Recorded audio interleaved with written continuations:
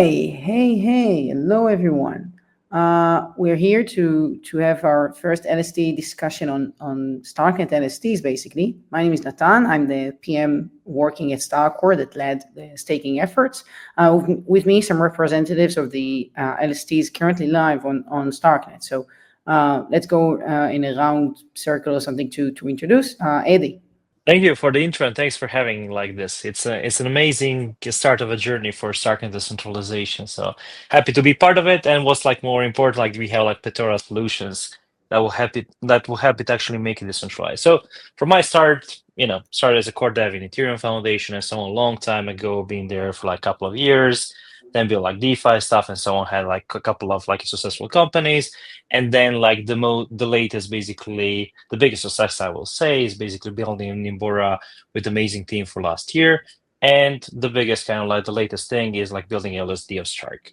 Our kind of vision is not just to focus on public Starknet, but take it beyond public Starknet, take it to Starknet top chains, take it as a solution basically for interoperability between Bitcoin and Ethereum. Or we can go basically into that details and discuss it later. So yeah, don't want to take too much time on that. But yeah, that's it. Building the most decentralized like Starknet LSD. So yeah. Hey, thanks Nathan for having us here. So I'm Akira, one of the founders of Nearfi. I have been in the Starknet space for over 2 years now, and this year I've started building Stark Farm, yield aggregator, and now we have Endure, the LSD of one of the LSDs of Starknet.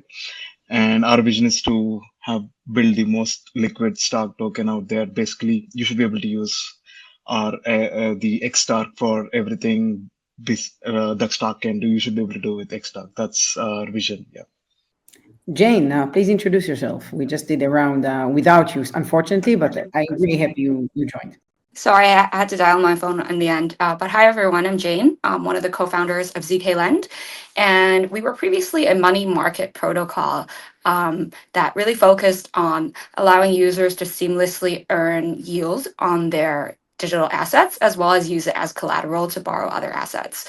But now we've ventured into, obviously, the staking and the LST space to, first of all, help Starknet decentralize, but we have found a lot of synergies between money markets and LSTs, given that LSTs would be enabled as collateral to allow further borrowing of other assets. So we're really excited to see ZKLend really grow beyond lending. Probably time for a rebrand, but we are expanding in terms of verticals within Starknet and to help DeFi grow here. Amazing. So everybody introduce themselves. We're going to start with some general questions about, I think, the staking protocol. I'll answer most of them, but like feel free. I think all three of you are very, very well endowed about the protocol and its ins and outs. And after that intro section, we'll move to some LST specific questions. I'm happy to take it away and be the moderator for this one, given that, I'm sure you guys will want to hear from the StarkWare point of view as well. So we'll start with you, Natan. What motivated Starknet to introduce staking, and how does it actually contribute to decentralization? I think the main thing that drove us to do this is decentralization. So we think decentralization and as a value, I think broadness, the idea of the network belong to the people and to the community is one of the highest priorities. So not only from the security perspective, but just from the ideological perspective, it's very important to us. And staking it's one of the main first stages, because I think the provision program was also a huge step towards it. So how does it relate to decentralization? So we plan to be a proof of stake network. So staking must take place at some sorts, some ways or another. And the staking registry and the staking smart contract you see today would be used by the protocol in the future in the decentralized stage. So this is one of the, I think, highest motivations we had. Other than that, we wanted to introduce this huge change in incremental steps. So we are transitioning between two consensus protocols, being a validity rollup with a centralized sequencer, proving everything we're doing, but nonetheless is centralized, and transitioning while being live to a proof of stake protocol is something very difficult. So not only we wanted to make a huge step towards decentralization, we want to make a step and not all the steps all combined. And staking was a great opportunity for a first step. That's great. Thank you. And maybe the next question is just explain briefly how staking works, including the economic parameters of staking, such as the minimum requirement for validators and the inflation cap. Okay, so the staking protocol that is live today is entirely on L2. You can either be a validator or a stake delegator. If you want to be a validator, you need to have at least 20,000 Starks to enter the protocol. If you want to be a delegator, you don't have any minimum threshold. You just need to choose a validator you want and you delegate your funds to it. The only caveat there is there's some commission policies or more elaborate protocols on top of it. So as a validator, you should run currently you should run a full node. In the future, you run the full stack of validators and sequencers. And you set your own commission policy. So delegators share some of their rewards with the stakers. So you lock money and you get some APR based on that money. If you're a validator, you should run software. If you're a delegator, you don't. You trust your validator to run the correct software. Where does new money come from and how the rewards are calculated, this is based on a minting curve. The idea there, and I think all of you have some history, I think Eddie and Jane for sure, all of you have some history with the DeFi world. So we didn't want staking to compete altogether with DeFi, and LSTs are a great example of how to make them, synergize, but also the minting curve is part of it. So the rewards depend on the market. The more Stark that is locked in the protocol, the rewards are smaller. And the less Stark that is locked in the protocol, the rewards are higher. So this is to create, to disincentivize some stagnation or some, funds coming on in one direction. So I think pretty much covered it. If I was too out of it, Jane, help me focus a bit. So. Yeah, no, I think you've defined the parameters really well, right? Like, obviously, there are two different, like, if you're a user, you can, obviously, if you have a lot of Stark, like 20,000 Stark, you could just run your own validator. But if you don't want to go through any of that trouble, you can actually delegate it to one of the protocols here, Nimbora, DeFi, or ZK Lend, and we'll be able to run it for you. And actually, I think all three of us take zero commission. So, that means that all the rewards are actually passed on back to users. But actually, I have a segue because you mentioned the words sequencer and validators, and I've often heard them being used interchangeably. I was just wondering, before we jump into the next question, can you help the audience really understand what is what and how does it differ from like L1? So I think this is a great question because it's a huge source of confusion internally and externally. So what happens basically is we try to find a general name for people who participate in running the network. It is called validator just from inertia, like it's the most common used term. I don't think it's the best one. Like if you think about the meaning of the word validator, I don't think it's the best term to be used, but we refer it as the most general term for someone who does some activity, regardless of what it is, to maintain a protocol. Now, what are the different activities? Okay, so you can either sequence a block, you can order the transactions, that's what you mean when you sequence it. You can either validate it, so you can re-execute it or do something else and sign upon this validation. And you can also prove it, which proving is the new and I say activity or maintenance required only on a validity rollup. And I think it's a very interesting thing we incorporate into the consensus protocol. So you can think of these entities as with the activities they are doing, or the general name being a validator. One another activity they're doing is staking. So they are locking their funds and they are sequencing blocks and they are doing all these stuff. And who are they? Validators. This is just a general name of what the entity is. I see. Yeah, thank you. That's a really helpful explanation.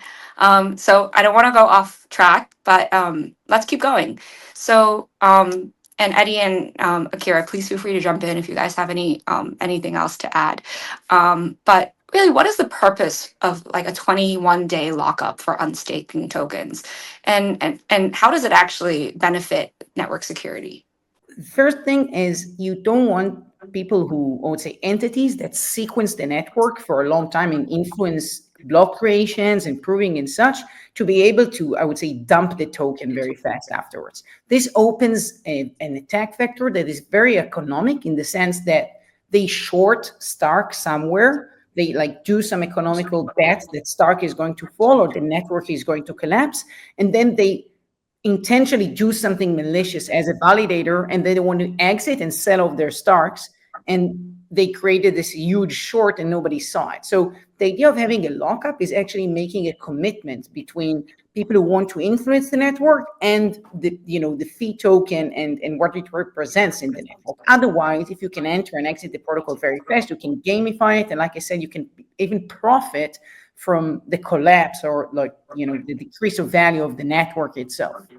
I said it's twofold because from the delegator's perspective, and it's very important, it's not restrictive. What I mean by that, I mean that you can switch between two validators without experiencing this delay. So I'm not trying to make, I would say, delegators or funds stuck in a specific validator and make this a non-competitive market when it takes 21 days for users to switch up. Users and delegators can switch between validators without any delay. If they want to exit a protocol, they do have to wait the 21 days. So the idea is just, if you want to stay in the protocol and make the protocol competitive, I'm all for it.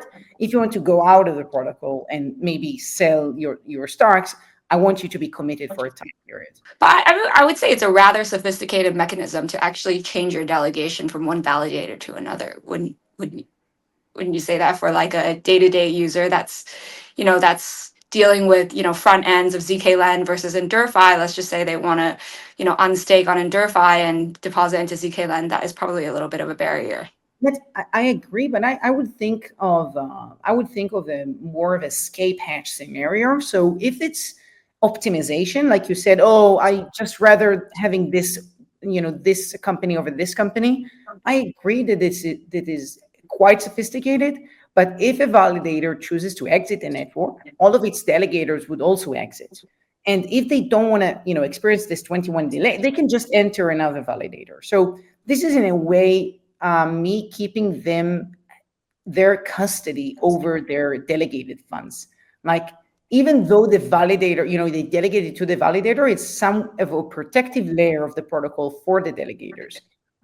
So even though it's not oftenly used, I'm very, very happy that we built it, because when it's going to be used massively, it would very, very help all of the delegators. Thank you. So maybe on to the next question, which was kind of related to, what a validator actually does. But how does Starknet actually plan to gradually, because I know we're in phase 1 of this kind of decentralization staking module, let's just say, how do you guys plan to gradually shift the responsibility to the community of validators and delegates through this staking initiative? The straight off answer is a step by step, and I truly mean it. Like, we don't know the exact plan, and I think it's kind of intentional that we don't want to over plan and be so far off the reality. So what we said basically is we have to think it in small steps, in small bites. And we know what's the first step. We wanted the first step to be building the economical ecosystem and building the community around it. Currently, validators just run full nodes. So full nodes is some software stack that is, a proxy of running a validator. It's not as intense. We know that. But this led us to actually make a market product fit for a staking protocol, which is something that is rarely being done. So there's a lot of staking protocols. Lots of them have issues, and it's very hard to change them now because they're already running. So we wanted to do it in a way that would benefit all of the different stakeholders of such, pun not intended, sorry, of such a huge protocol. How we are going to do that, I can tell you that the next stage will incorporate some way of validators attesting to blocks. So imagine randomly being chosen, validators are randomly being chosen each block to attest to that block. This would, in effect, make sure they keep track of the network because it's being chosen randomly and can respond very quickly. So within one block or within 2 blocks, they have to respond saying, hey, I saw that it was my turn. and some acknowledgement. This would represent some peer-to-peer acknowledgement in the future. Another step afterwards would be re-execution and voting on blocks, and lastly, actually sequencing them. But after the second stage, what's going to be third and fourth decentralization stages, it's being thought of, but it's not being planned, and like I said, intentionally, because I'll give you an example. We just set the first stage. I don't think we're in a steady state whatsoever. I think a lot is going to change, but we're already learning from the data. We saw more than 80 million stars gaining into the protocol. We saw the stake distribution. There's a lot of stuff we're thinking, oh, maybe we should change this, maybe we should affect this, and write a proposal. So it's not like I'm going to change the protocol. It's we are going to add another snip. We are going to incorporate the community in it, and make it like the best process as possible. So StarkWare really wants to give next stages proposals as elaborate and thought after and based on data, and not just throwing away a huge protocol saying deal with it. We think it's good. So I had a question in terms of what kind of hardware requirements do you anticipate once we have the decentralization? Is there like a intent to build it for very low hardware requirements or something like that? I'm very curious on that. So I don't think we plan to optimize on low requirements. I think the discussion is currently between normal and even on the higher end. The reason being is full nodes would not have to keep up with it. And this is like a huge benefit. So if you prove blocks, basically you can ask full nodes, which are the end users of the network, basically, to just verify the transactions. They don't need to re-execute them. This means that even if you have very strong sequencers and provers, it doesn't mean that low computers can't keep up with the network, which is like the only way known to me to actually break the the trade-offs Vitalik presented years ago between, how would you add capacity and add throughput without hurting the decentralization? So proofs are the only way to do it. So this is why we're not going to optimize on low, because we're optimizing on low requirements for the full nodes. If it's going to be normal or on the high side, it's still not known. But I can tell you that a lot of the STU research, which is our most like the newest prover we have, it seems like we can do it with I'd say relatively normal requirements, and we shouldn't be at the very, very top, but it's not yet been determined. Actually, a follow-up question to that, like in terms of the prover's role, right? It sounds like, you guys also want to decentralize prover operations down the line. How does that relate to staking? So you can think about staking as a registry that gives you it affects the probability for you to be chosen to do any maintenance work, because it's the risk you are putting in. So maintenance can change. It can be either validate someone else's block, it can either be sequencing a block, and can be even proving. Going into the actual details of what we're going to do, and this is very a heuristic description, what is going to happen is each block is going to contain a proof of K blocks behind it. So every time I'm a sequencer, I'm also either me or I'm hiring someone else, but like every time a block is being sequenced, when it's proposed, it contains also a proof of K blocks behind it. And this creates some sort of strands of blocks. And it's yet not determined, every few hundred blocks, every few blocks, all of these strands are combined and submitted to L1 as a state update. So this is the current plan. There's lengthy Medium community blog posts about it that Ilya, the amazing Ilya, wrote. So I'm just doing injustice of reiterating his words, but we are planning to do this. So last question on Starknet staking before we go into LSTs, which is, let's talk about the minting curves, because people are interested in what they're going to get by staking Stark, right? Yeah. So how does the minting curve actually influence staking rewards, and like does the community play a role in determining these parameters? So that's a great question. So the answer is twofold. I would refer to each question. It's like a two-party question.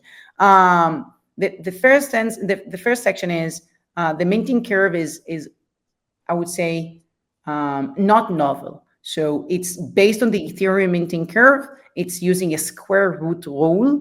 I referred to it earlier. It basically sets the ratio between how much is being staked and how much is being minted. So it matches how much money of the total supply is being staked to how much is being minted. This also sets the rewards, because if I take everything that is minted and I'll just share it with the stakers, it's their rewards. So the idea there is to find a balance between network participation. So I don't want all stocks to be locked in the staking protocol. This doesn't make any sense, right? If everybody's just putting their stocks in staking protocol and nobody's using stocks at all, there's nothing to do in the network. And also, if there's no Stark in the protocol at all, nothing secures the network. So we wanted to take these two edge cases and make them very, very, very not probable. So if there's no Starks in the protocol at all, it's very, very lucrative to put Starks in. You'll get high rewards. If there's a lot of Starks in the protocol, you'll get very few rewards. It wouldn't help you. So you just rather go out and use some other DeFi. And in between, the range in between and the exact dependency is a square root. And that's about it. So there's only one free parameter to set after I said all these things, and this relates to the community. So we actually took a vote on staking, and specifically staking first stage and the minting curve. The vote was on this one parameter. The parameter is what's the maximal inflation per year? And this is a very, debated question. It sets all the graph. It sets it, in a specific point. It affects a lot of the incentives. So we took a vote. We put a suggestion about a specific value of 1.6%, and the vote also included ways to change it. So a committee, a monetary committee, once that would be formed, would have the power to suggest changing this minting curve constant. If the market participation is too low, they might increase the inflation to indulge more participation. If it's too high, they might suggest to lower the inflation rate, because we don't need that many Starks being locked. Great, thank you. And so I think that concludes our introduction to Stark staking. And we're ready to move on to LST questions, where I turn the tables and let Natan actually ask the questions. Amazing. So thank you very much, Jane, for helping me in this first section in hosting. So I'll ask the only quiet person in the room yet. So I'll start with Eddie. Sounds good. Yeah, and You had such a good fun, so I didn't want to interrupt. It was interesting. So yeah. That's great. So I'll give you the broadest one. What is a liquid staking protocol? Sure. I mean, this is the hard one, so I will try to explain it. So, when we think about staking, basically, like on ETH, on Starknet, and so on, usually what happens, you put some Stark to it, to some validator, or so on, and then that Stark is locked, and then you have some amount of money, basically that's locked there, and so on. You can use it in other stuff, for example, DeFi, and then the whole point basically of LSTs is to make that liquid. So you get a representation of your position that you can do something basic with it. So basically it's that's kind of the simplest solution. Obviously, if somebody has something to that, feel free to, but that's kind of the simplest one. And then you can use it in DeFi, you can use it in other stuff, and you can play with it and so on. So if I have an NST, how can I get rewards out of it? Like you said, it's replacing the staking. Basically, it's staking already, and you get basically representation of that position you have. And then you have this token, which represents your position. I think all the protocols on Starknet currently are auto-compounding, which means they harvest rewards on behalf of the users, and then they increase the value of the token you hold. So let's say today I stake 20 Stark, and that Stark is $1 because we're in the bull market and so on. That will happen soon. So let's keep it basically simple for that. And then let's say basically we, through some time, I don't know, we have $20, we earn some fees and so on, and that protocol auto compounds it, and then that $20 is now worth $25. user has same amount of tokens still, so they don't have to do anything, but their value basically increases over time. That's kind of a magic of it. You don't have to do anything with it. It increases in value. Basically, that's non-rebasable. Basically, it's it's value increasing and so on. That's kind of the whole point of it. So yeah. Okay, sounds very interesting. So maybe Akira, can you help me with the next one? It's kind of a follow-up. So can you share me like what's the difference between different LST protocols? Like there's 3 here, and I think there's like tens of different ways to implement it. So maybe you can point out to a difference you can think of, either already exists in the network or from other networks.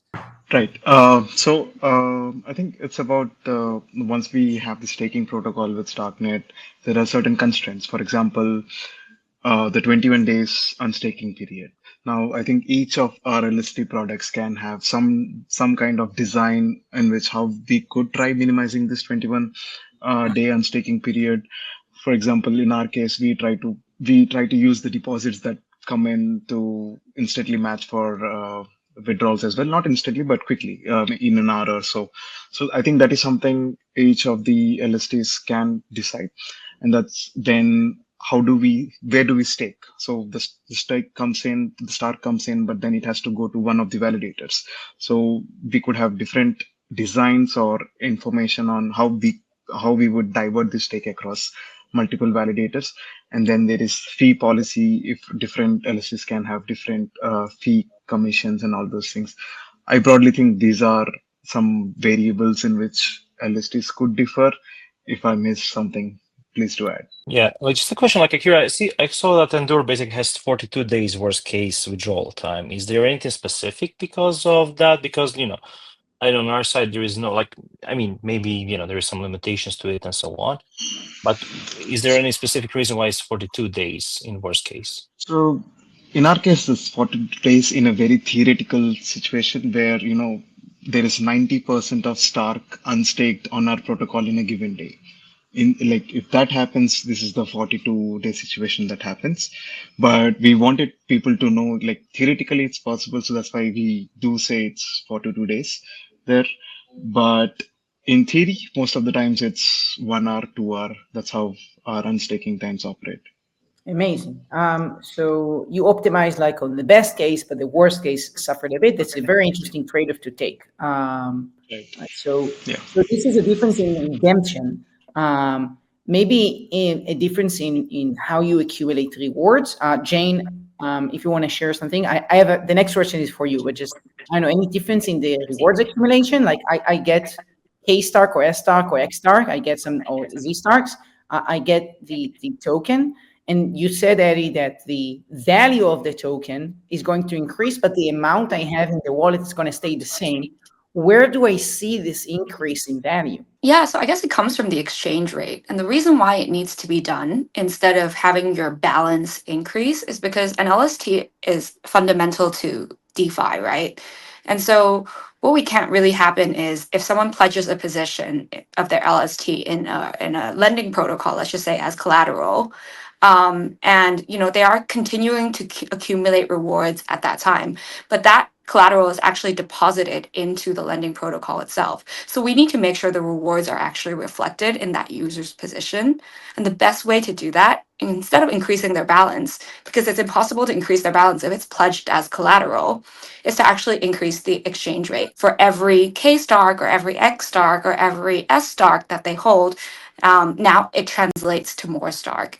And actually, this is the rewards mechanism, like rewards accrual mechanism that takes place.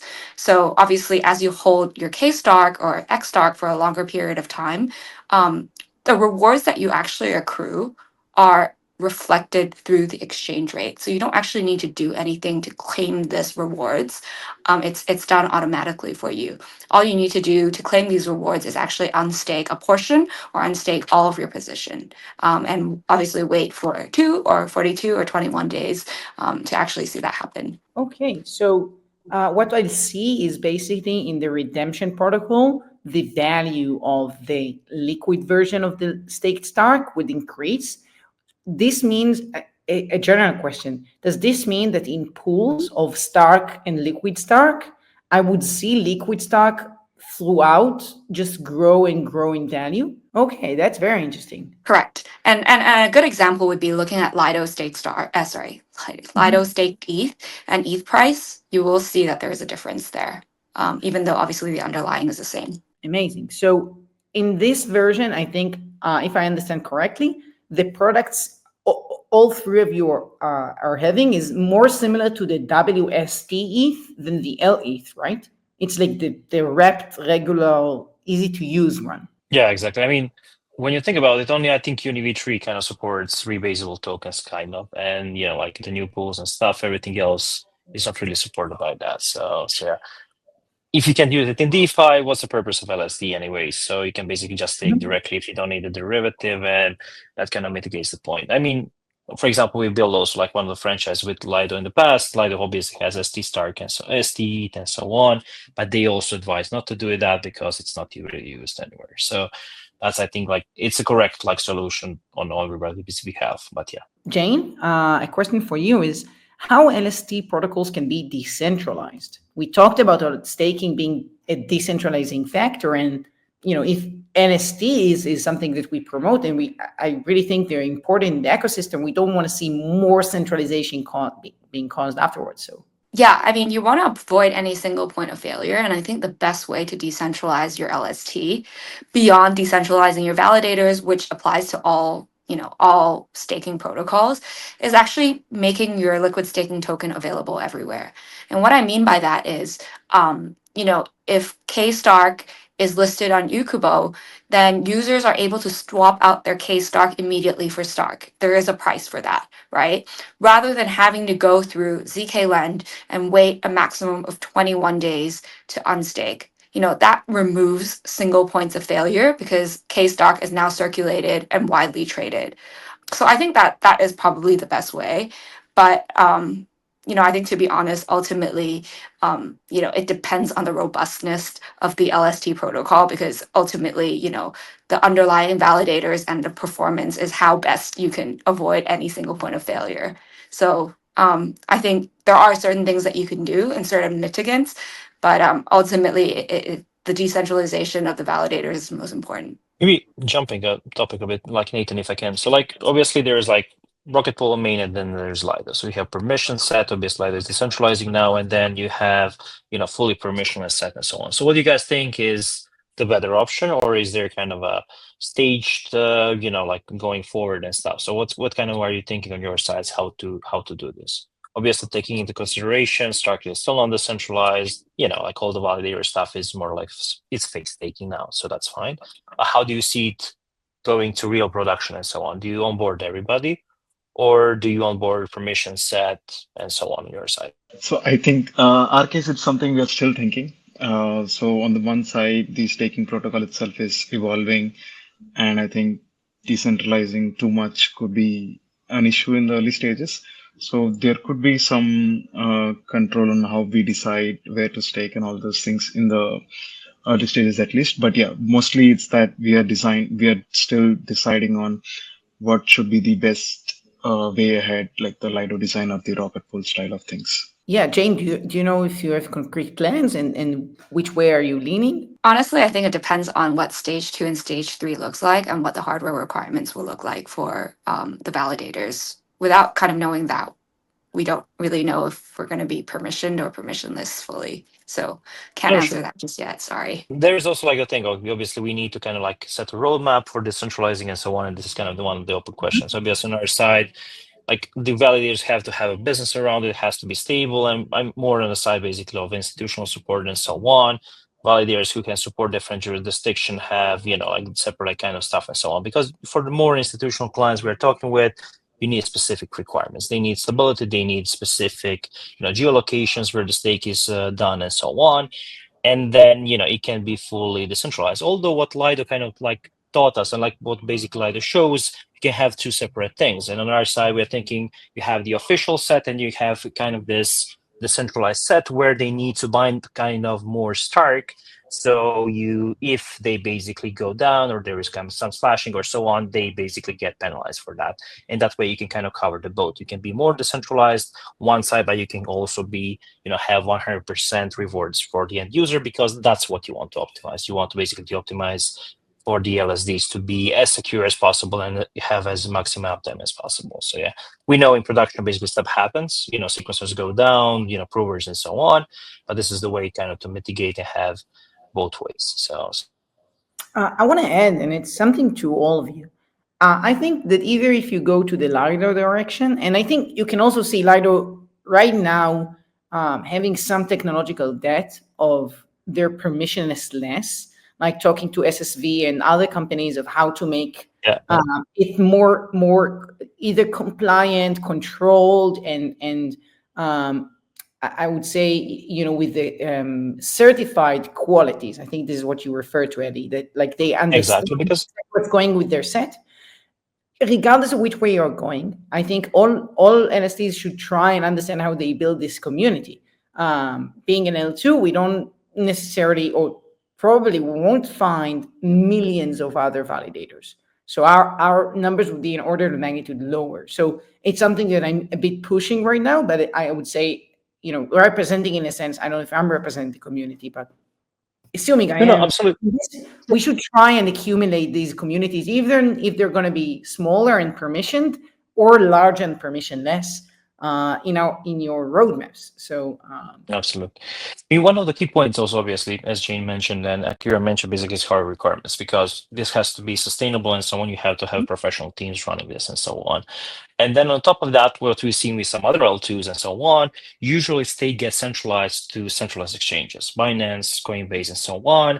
And potentially that can basically threaten the networks and stuff. So in my opinion, it's not like real competition between us. Okay, obviously we have an LSD, but in general, like the big centralized exchanges are the ones who have majority of stake usually because of the distribution and everything. And that will be the key point. So can we decentralize the stake to multiple validators? Also, as we see basically now on Starknet, basically there are a couple of validators holding majority of stake, which obviously now is not bad for the network, but will be really, really bad in the future. So we definitely need to decentralize this and penalize, in my opinion, if there is too much centralization, because then you can run only one sequencer. You don't need to decentralize if you don't want to decentralize the stake. Anything Akira or Jane want to add to that topic? I have another question. No, I think in the end, we all went back to validator decentralization rather than LST decentralization, which I think is very interesting. But yeah, let's move on. A question for you, Akira, is I think we kind of went over it, but if you can be specific. If I have the Akira LST, how can I redeem it? How can I turn it back to Starks? So once you have the LST, you have two ways. One is you request redemption with the LST protocol itself, in our case, Endure, and you wait for some time to get the Stark. Or the other way is you can go to Ecobo or any other exchange where the LST is supported and directly instantly swap for it. So the difference I would say in these two things is there is a chance of slippage that can happen in these exchanges, though you get the Stark instantly. But if you can wait for a few hours, I think we would give like the best possible rate for the LST in our case. I think that's the difference somebody have to take. Both have their own advantages and disadvantages. People have to take if they are willing to wait. Native redemption from the LST protocol itself is the best option. Yeah, like they're also like, sorry to jump in, but yeah, they're also market forces. Usually the market goes up or market goes down. So what we've seen, like me personally in the past with the building LSDs for years, basically now is usually goes down a lot, and then you have attack on the protocol, and that's basically when you see which protocol survives. And this kind of redemptions, what you said, you have a queue, we all have a queue, basically where we match deposits and redeems and so on, and basically try to get users out. That's all fine as much as you have at least the same amount of deposits as redeems or more. But when it goes the other way around, usually there is stuff can happen and so on. So that's kind of to take in consideration. Then the liquidity on DEXs, in my opinion, personally, is the key in this case, because you need to have a deep liquidity, and that liquidity ideally is the price of the LSD minus obviously 21 days of rewards and so on that you will lose. So that's kind of the idea there in the worst case. So yeah. Yeah, definitely. So once I think if the net withdrawals is high and where many people are trying to get out of the LST, so obviously there's going to be some delay there, and there could be some market conditions where I think we have seen this in the WST case as well, when in the 2022 or Exactly. sometime when Yeah.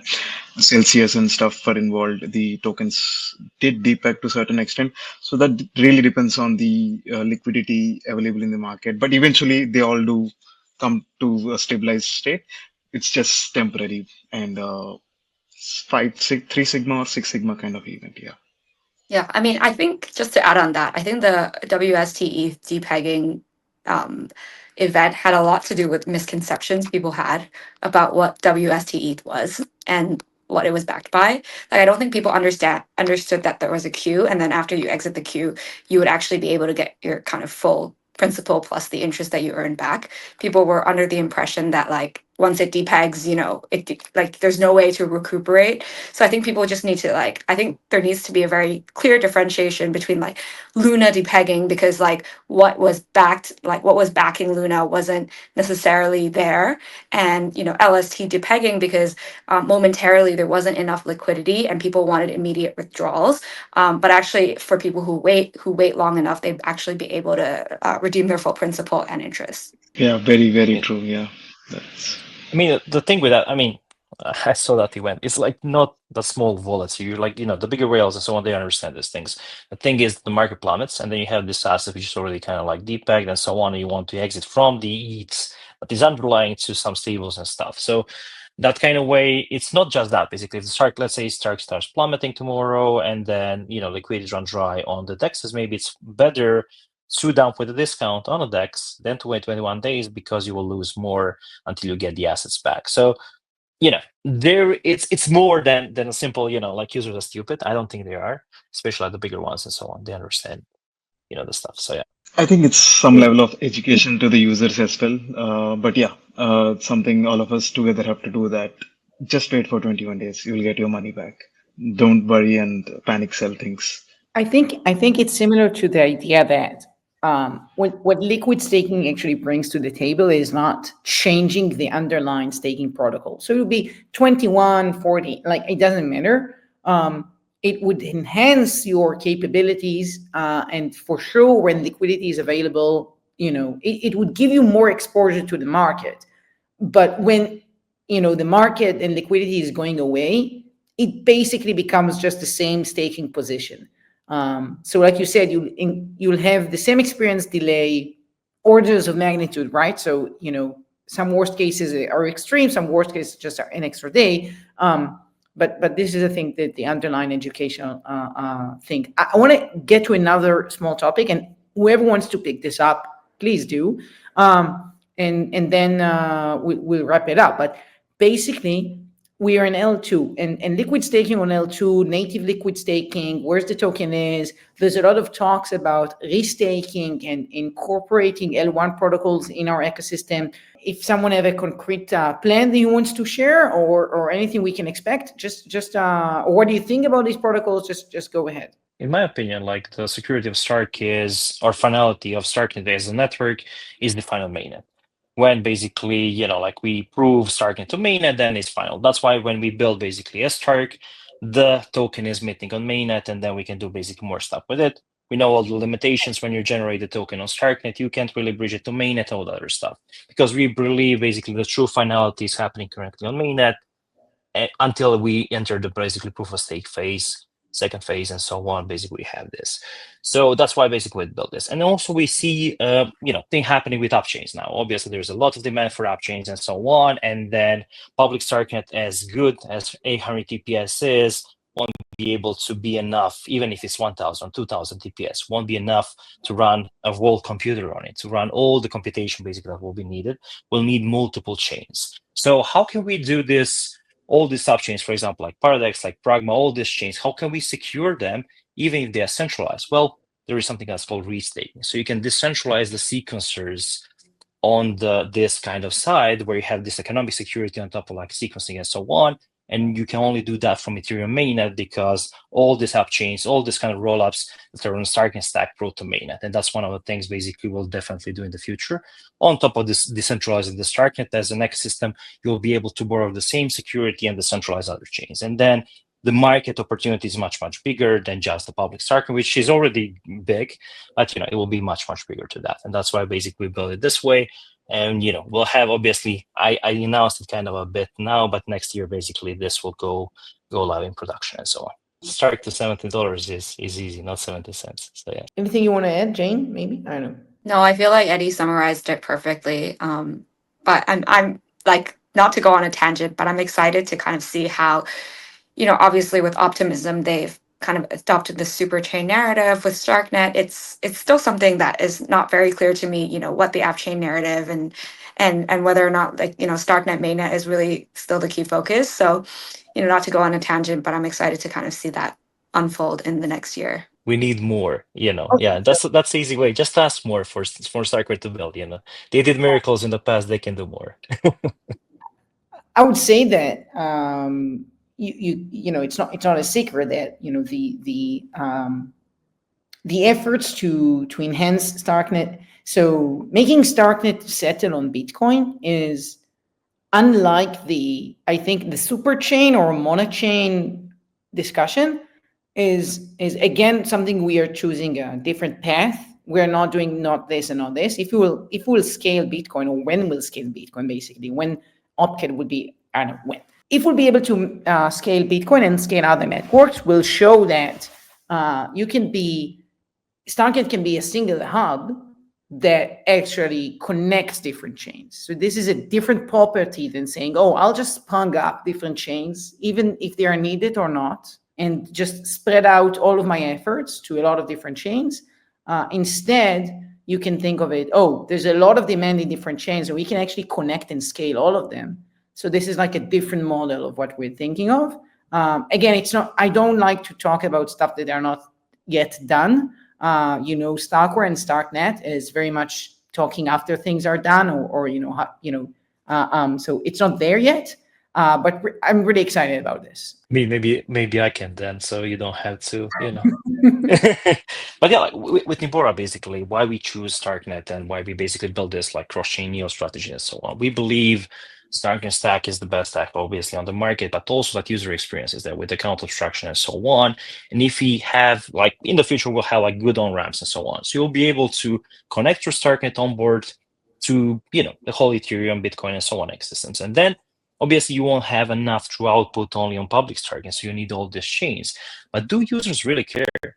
If it's one earn, like one-click earn, basically what Nimbora is, you just go in, you click, you get basically returns, and that's the whole thing you're kind of interested in. You don't care about gas, you don't care about all those complexities and so on.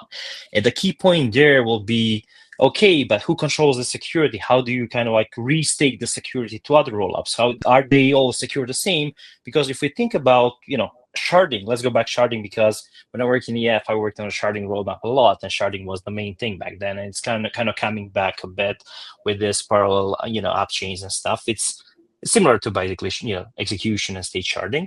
So like the thing is, you have like this main chain that, interconnects all these things, and then you have a stake which you can kind of get to these, L2s or whatever. Usually the shard with least security was the security of all the kind of, shards and so on. Like if you have a bottleneck, if you have one that is the least security, if you attack it, you attack the whole ecosystem.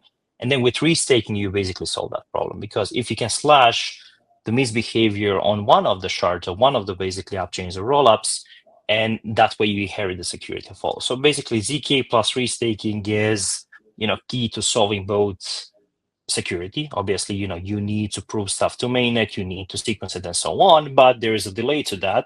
And then you can have immediate security through restaking, and especially in Stark in this case. And then, you have fast finality, let's say with restaking, and then you have ultimate finality with ZK a couple of hours. I think that's kind of the golden approach, basically, especially on our side, we are targeting. And with the Nimbora stack we have, that's kind of the goal, to be there in kind of 2 years. So basically all the Starknet app chains with this unique like asset that is Stark and derivative of it, and you secure all the app chains. And wherever you are, you can be secure. If it's secure basically by Stark, you have the ultimate security, and you basically inherit the Starknet security, and that's it. So you don't have to care which role you are. Anyways, I will stop now because I can talk hours about this. But yeah, that's kind of the vision in our side.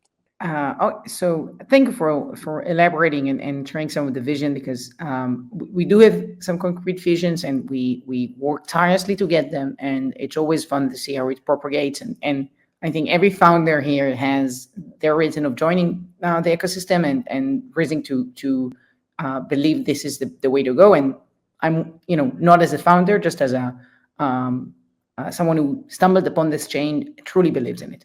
And was very, very lucky to be joining the StarkWare, like the labs of working on it. So thank you all for joining in. It was a pleasure. Thank you, Jane, for hosting. Thank you, Eddie and Akira, for taking the time. Yeah, we should have this more frequently. It was fun. So yeah, thanks, guys. Thanks, Eddie. Thanks, Akira. Bye. Bye. See you guys. Bye-bye. Bye. Thank you, Steve.